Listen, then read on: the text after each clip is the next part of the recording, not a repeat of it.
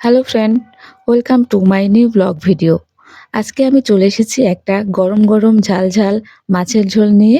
তো আপনি যদি আমার চ্যানেলে নতুন হয়ে থাকেন তাহলে প্লিজ চ্যানেলটিকে সাবস্ক্রাইব করে পাশে থাকবেন এবং পাশে থাকা বেল আইকনটা ক্লিক করে রাখবেন। এই রান্নাটায় আমি একটু কালাই ডালের বড়ি ব্যবহার করেছি।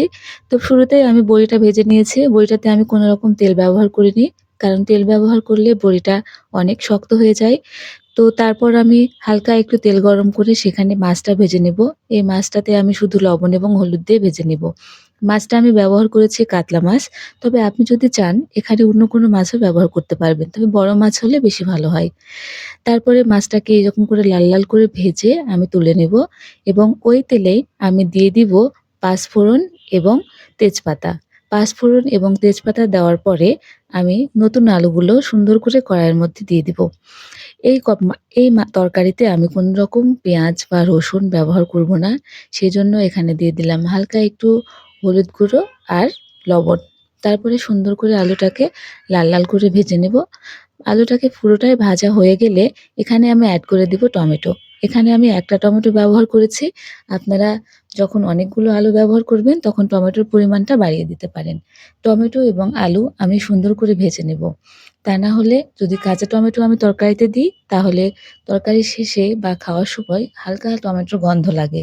তো এটা হালকা ভেজে নেওয়ার পরে আমি মরিচের গুঁড়ো অ্যাড করে দিব। মরিচের গুঁড়ো অ্যাড করে দেওয়ার ৫ মিনিট পরে আমি একটু নেড়ে চেড়ে সেখানে অ্যাড করে দিব পানি।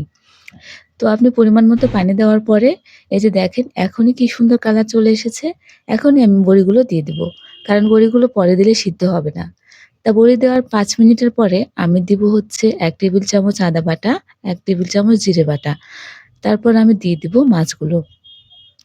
মাছগুলো একটা, একটা করে ভালো করে দিয়ে দিব এবং এই মাছগুলো দেওয়ার পরে আমি আর কোনো মসলা ব্যবহার করব না এবং ১০ মিনিটের মতো আমি এভাবে জাল করে নেব।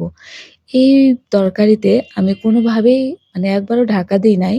ঢাকা দিলে কি হবে? এই বড়ি আর মাছ, তারপর হচ্ছে টমেটো, এগুলো একেকটা সবজি ভেঙে যাবে।